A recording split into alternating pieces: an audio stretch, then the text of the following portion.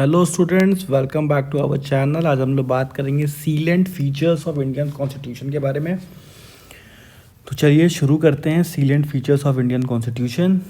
The Indian constitution have several notable features. पहला है federal structure. There is a division of power between the central and the state government ensuring the local autonomy. Article 1 of the Constitution defines India as a union of the state, which means that while the state are autonomous, they cannot break away from the union. तो federal structure India में क्यों कहा गया है?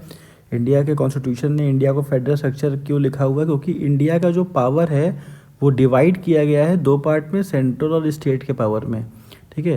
और साथ ही साथ article 1 में लिखा हुआ है कि इंडिया एक यूनियन स्टेट है। यूनियन स्टेट का मतलब एक पर्टिकुलर बहुत सारे स्टेट का एक कॉम्बिनेशन है और उसमें से कोई भी स्टेट अलग नहीं है, उनको यूनियन की बात माननी ही पड़ेगी। ठीक है, मतलब सेंट्रल की बात माननी पड़ेगी, प्लस वो अपना जो स्टेट का पावर है वो फंक्शन कर सकते हैं। नेक्स्ट है parliamentary system. India follow the parliamentary system of government where the executive is drawn from the legislature and is accountable to it. The prime minister and the council of ministers are responsible to the Lok Sabha and must maintain its confidence to remain in office. तो इसका मतलब क्या हुआ कि India का जो parliamentary system जो बनाया गया है उसमें क्या है कि जो लेजिस्लेचर में जो भी चीज़ें बोली जाती हैं, ठीक है, उसके लिए वो अकाउंटेबल भी हैं, उनसे क्वेश्चनेबल भी, उनसे पूछा भी जाएगा। तो एग्जांपल क्या दिया है? The prime minister and the council of minister are responsible to the Lok Sabha. मतलब प्राइम मिनिस्टर और काउंसिल ऑफ मिनिस्टर जो भी डिसीजन ले रहे हैं, जो भी बात कह रहे हैं, वो लोकसभा के लिए रिस्पॉन्सिबल है, उनसे वहाँ पे क्वेश्चनिंग की जा सकती है और उन्हें कॉन्फिडेंस में लेके चलना पड़ेगा सबको। And must maintain the confidence to remain in the office. उसके बाद नेक्स्ट आता है secularism.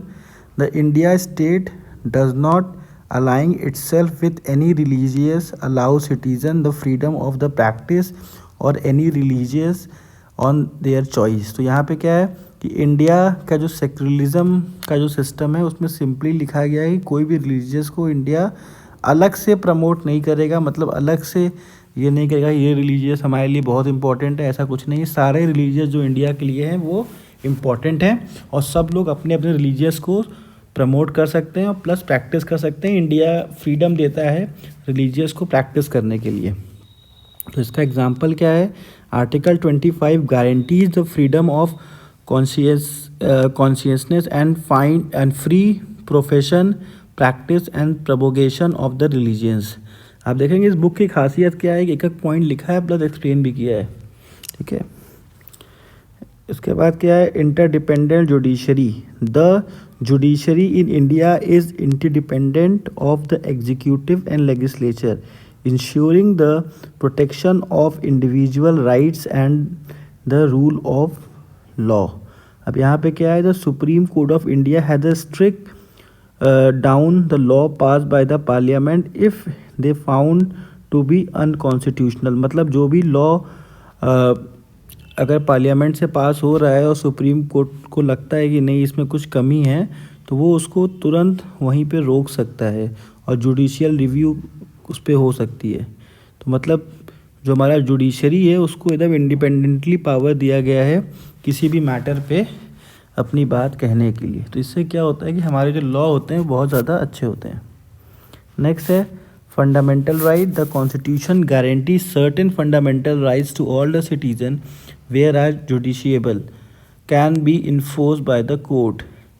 Article 19 guarantee the freedom of speech and expression. तो इसमें क्या बोला? जितने भी फंडामेंटल राइट्स इंडियन कॉन्स्टिट्यूशन में लिखे गए हैं वो सारे के सारे फंडामेंटल राइट्स जो हैं वो लागू करना हर एक कोर्ट की जिम्मेदारी है।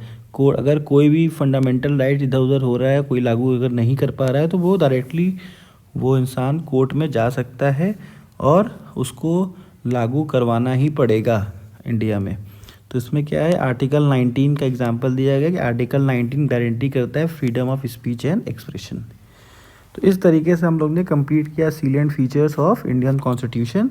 आपको लगता है कुछ पॉइंट मिसिंग है या फिर कुछ और चाहिए तो आप कमेंट में लिख सकते हैं। और बाकी मैंने बुक का जो लिंक है मैंने डिस्क्रिप्शन में आपको दे दिया है, आप वहाँ से जाके देख सकते हैं। Thank you student for watching. हमारे चैनल को प्लीज़ सब्सक्राइब करिए और शेयर करिए। Thank you.